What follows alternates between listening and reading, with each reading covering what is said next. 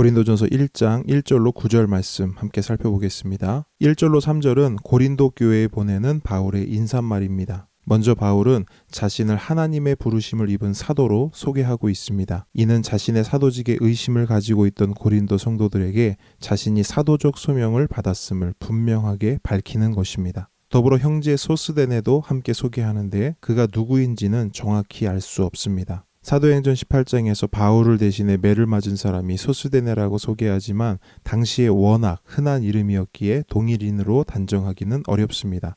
다만 형제라는 표현을 통해서 그가 그리스도인인 것과 고린도 성도들도 그를 잘 안다는 것을 알 수 있습니다. 바울은 편지를 받게 될 고린도 성도들에 대해서도 언급합니다. 바울은 고린도 성도들을 하나님의 교회라고 말합니다.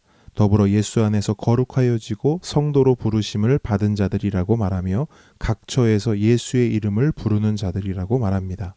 그런데 고린도 교회의 현 상황은 이 모든 표현들과는 어울리지 않았습니다. 그들은 여전히 세상의 사고방식과 가치관을 추구했고 거룩이라는 말과 전혀 어울리지 않는 삶을 살았으며 돌이키고 회개하라는 바울의 첫 번째 편지를 거절했던 자들이었습니다. 그럼에도 바울은 그들과 전혀 어울리지 않는 표현들로 그들을 언급하고 있습니다. 왜 그럴까요? 그들을 비웃고 놀리기 위한 것일까요? 그렇지 않습니다. 바울에게는 여전히 그들을 향한 기대와 소망이 있었습니다.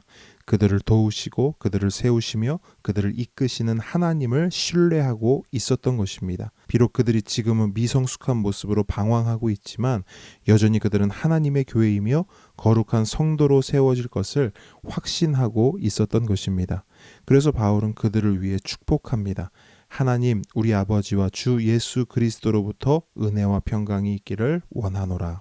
4절로 9절은 고린도 교회에 대한 바울의 감사와 찬양입니다.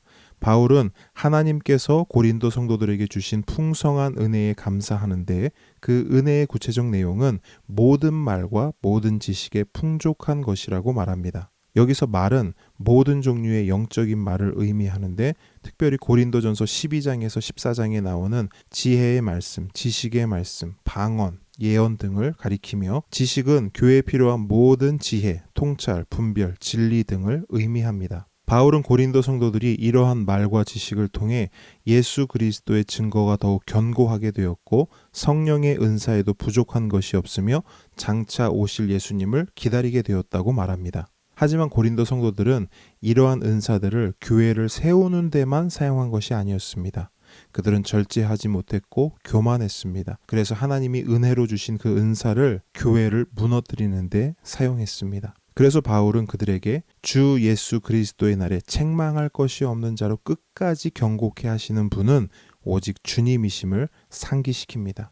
아무리 받은 은사가 많고 풍성하다 할지라도 주님께서 끝까지 붙잡아 주시지 않으면 그 어떤 은사도 무익하기 때문입니다. 9절에서 바울은 편지의 서론을 감사와 찬양으로 마무리합니다. 너희를 불러 그의 아들 예수 그리스도 우리 주와 더불어 교제하게 하시는 하나님은 미쁘시도다. 고린도전서 개론에서 살펴보았지만 고린도 교회는 분명 문제가 많은 교회였습니다. 하지만 바울은 문제를 넘어 그들에게 이미 임한 하나님의 은혜를 신뢰했습니다.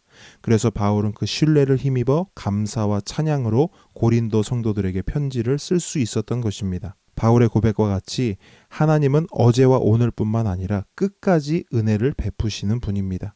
그래서 하나님의 은혜를 아는 겸손한 자들은 모든 것이 주님의 은혜입니다 라고 고백할 수밖에 없습니다. 저와 여러분도 이 고백으로 하루를 시작하고 하루를 마감할 수 있는 은혜를 아는 자들이 되기를 주님의 이름으로 축복합니다.